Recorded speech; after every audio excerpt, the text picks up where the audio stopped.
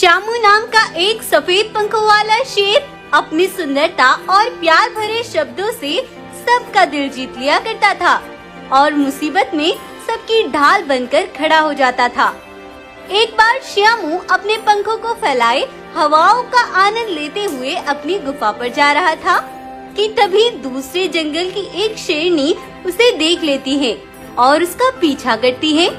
और रघु जब अपनी गुफा पर उतरता है तो वो वहीं आ पहुंचती है और श्यामू से कहती है, मैं बहुत देर से तुम्हारा पीछा कर रही हूँ।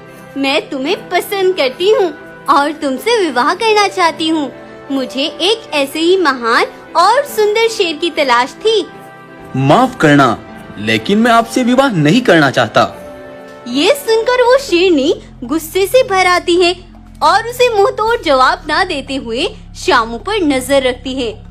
थोड़ी देर बाद श्यामू अपने पंख फैलाए जंगल के दूसरे किनारे की ओर बढ़ता है और जाकर रश्मि शेरनी से मिलता है। आज मैं जंगल से बाहर अपने किसी काम से जा रहा हूँ। वापस लौटने पर हम दोनों विवाह कर लेंगे। तब तक तुम अपना ख्याल रखना। लेकिन उनकी ये सारी बातें वही शेरनी सुन रही थी। उधर श्यामू भी रश्मि से मिलकर जा ही रहा था कि तभी वो शेरनी रश्मि पर आकर जोरों का वार करके उसे जख्मी कर देती है। हमले के जोरों की आवाज सुनकर श्यामू तेजी से दौड़ता हुआ आता है और उस शेरनी पर वार करके उसे खून में नहला देता है। चली जाओ यहाँ से, नहीं तो तुम्हारा वो हश्र करूँगा कि तुम कभी भूल नहीं पाओगी। खून से लथपथ वो शेरनी गुस्से से आग बबूला होकर अपने सबसे करीबी दोस्त कांचा बाग के जंगल आती है, जिसकी दुनिया बहुत अलग थी। उसकी दुनिया में हर कोई बहरूपिया था। कांचा के रूप बदलने का एक राज था।